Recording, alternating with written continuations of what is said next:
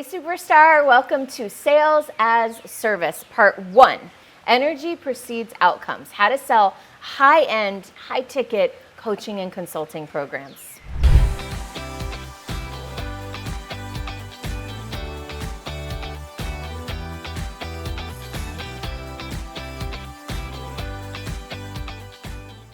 First, in this video, I'm going to tackle some of the problems that come up when you're trying to sell high-end coaching and consulting packages. Then I'm going to get into what I consider to be the real problem underlying the problems that you've probably experienced. And then, of course, I'm going to share with you my solution, which is Sales as Service. And then over this video and the next videos in this series, I'm also going to share with you how to implement a Sales as Service approach. And in this video, we're going to start with the internal part, the mindset and the energetic piece, so that you can show up fully confident, fully excited, fully open, and ready to enroll people in your programs. Ready? Let's go. Now, first of all, I have to say why sales is so important and why I love it so much, because I know a lot of people out there don't love sales and resist it. And actually, that was my story too for many years. I felt like it was a necessary evil in order to be able to do the work I really wanted to do. But I've reframed my relationship with sales, and hopefully, perhaps I can help you reframe yours if you're like I was, which is that nothing moves in business unless a sale is made. Sales is literally the engine that drives our business and our industry, right? If you're in the industry like I am of personal growth and transformation and helping people expand and stretch themselves, then sales is the access to that work. And it stretches us. So it's actually growing us and helping us become better leaders, better coaches, and better consultants. So actually, sales is a beautiful part of the business. It's not something to be avoided or resented or procrastinated. It's something to really be embraced. All right. Now, the problem with sales, and the reason it can feel so icky, and the reason so many of us do or did avoid it, is because often we've been in sales situations where either we've been manipulated, lied to, forced, had an aggressive salesperson come on too strong. We've all had that experience. And sometimes we've even, I'm guessing, if you're like me, you felt like you've been that person, right? Like you've been in the experience of somebody feeling like we're coming on too strong. And oftentimes that's their own stuff getting in the way, but whatever, right? Like we sometimes adopt that projection onto us, and we're like, I don't want to be like that. I don't want to be pushy.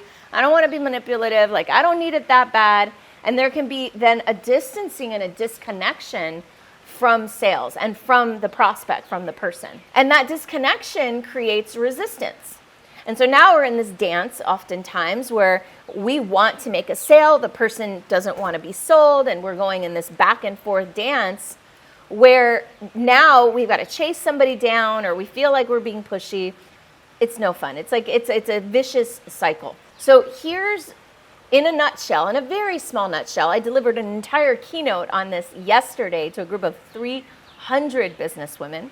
The real problem is that, and this is going to surprise some of you, but not most of you, is that we work in a business culture that was designed by men, for hundreds, thousands of years. Now, that keynote yesterday was 2 hours long, so I'm not going to get into all of the reasons how and why, but the truth is that we women have only recently, for the most part, entered the business world, the workforce, right? And so now that we're coming into it, we're finding that these old school sales approaches, always be closing, right? Like constant follow-up, doing it in a very masculine way doesn't feel natural. And I submit to you that it's not the best way either, that we were not designed to do sales that way. I don't even think men were designed to do sales that way. I think what we've experienced and what we're starting to see shift is the imbalance between that masculine energy and that feminine energy in business, right? The masculine has kind of by itself dominated business for a long time, and now the feminine is coming in. And that's what I think is needed in sales. I believe that feminine energetic, which is what we're going to talk about this video, like what are the feminine qualities and the feminine traits and practices that you can weave into your sales to have a more balanced and integrated approach so that it's not all one way. And by the way, men can do this too. I have clients who are men who are using these practices as well. So there are really kind of two components to this work. There's the energetic piece, which is what we're going to talk about in this video. Then there's also the structure piece, which I'm going to talk about in the next video. The structure of a conversation, how to walk people through a conversation that converts into high ticket sales, with the caveat that it works only and especially and the only way that I want it to work is when it's a right fit prospect, when they really belong to you, when they're going to get the full value, when you're going to enjoy the experience, when there's real congruency and alignment between you and that client. So that's going to come in that next video, but in this video first is that underlying energetic foundation, that more feminine approach to sales. Now, before I go any further, I do want to pause and take a moment to invite you to like this video, subscribe to my channel, and I love hearing your comments as well. I'd love to hear your experiences with sales, what you struggle with, and maybe how you figured out how to get around that. Now, one thing I want to share with you, you might be wondering why I know anything about this, why I'm qualified to talk about this. I will tell you, it's because I spent years doing sales. From the time I was in my early 20s, I started in the sales field. I sold art, I sold vintage posters, I sold real estate for a couple years. I sold magazine advertising for a few years. I was the publisher of that magazine. I sold sponsorships. When I started my own business, I started selling consulting engagements. I've done sales for 25, 26 years now. Wow, I didn't even realize that I hadn't done the math. And it was only about 8 years ago that I had this breakthrough in sales that just catapulted it to the next level. I always thought I was really good at sales, and compared to maybe the average person, perhaps I was. But now, with what I'm going to share with you in this video and the next one, the next two, this was a game changer for me, right? Because I always did sales from that very masculine place, by the way. But then everything in my business, I had a kind of a breakdown in 2014. If you don't know about that, you can watch the video about my story where I tell the whole story. But essentially, I had to reinvent myself, reinvent my business, reinvent everything about what I did, and bring in more of that feminine energy, slowing down, more grace, more ease, more pleasure, more joy in the business. So the three things that I recommend doing, they might seem a little counterintuitive, and you might even be thinking like, Michelle, what does this have to do with sales, right? Okay, but they do, I promise you. So the first is care. There's 3 C's, by the way, because you know me. I love my alliteration. Care is really for self-care. And there's 3 things inside of self-care that I think are especially important, but not the only 3 things that are important. The first is resting and recharging. If we're in that go, go, go, constantly hustling energy, that, I believe, doesn't support sales, not this type of sales that I'm talking about.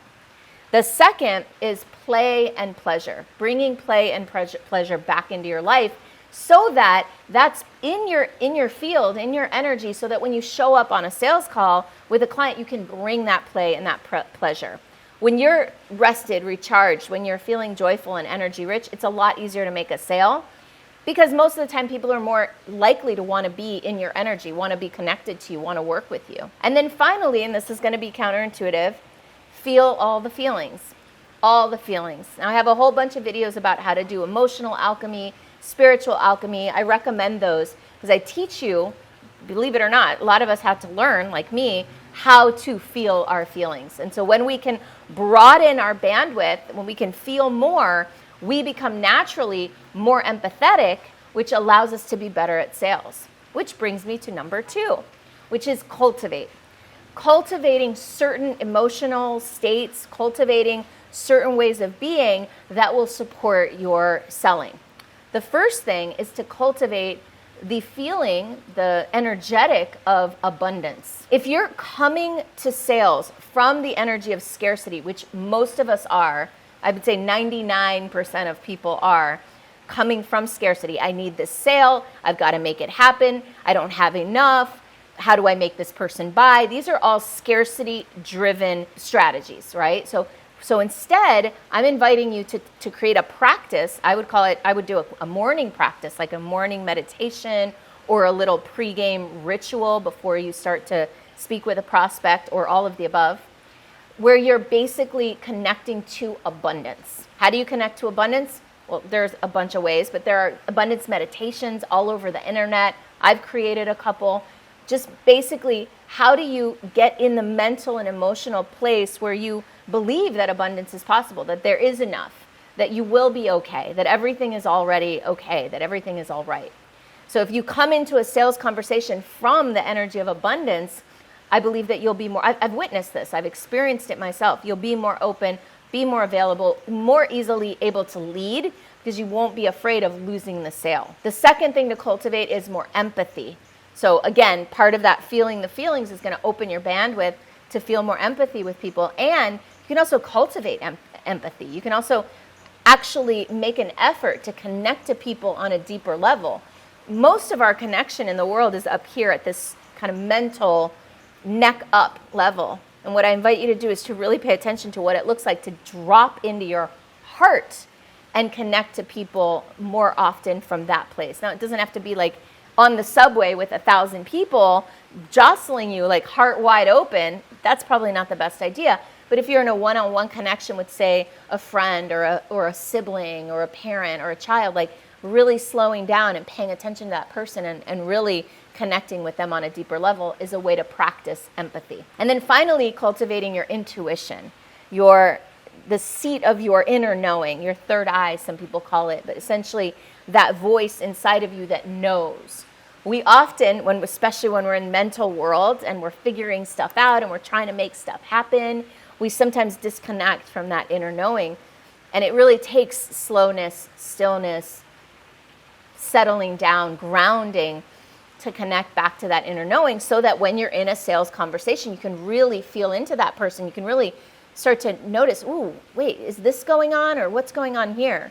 Like, I never thought I had intuition for years, but as I started to really slow down and meditate and practice empathy, I realized, oh wow, I can really dial into a person. I can see things that I wouldn't normally see and that they definitely don't see.